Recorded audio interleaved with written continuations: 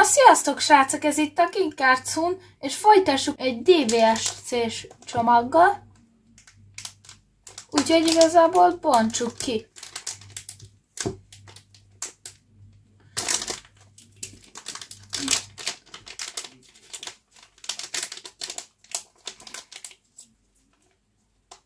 Jaj, nagy lesarkazzom ezt a lapot.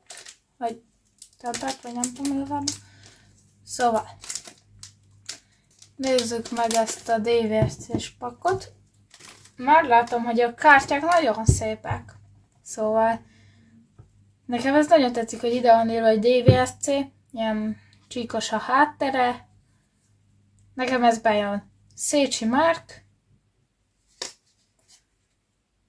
Erik. Braga. Tibor. Illetve Dreskovics. Nekem bejönnek ezek a lapok.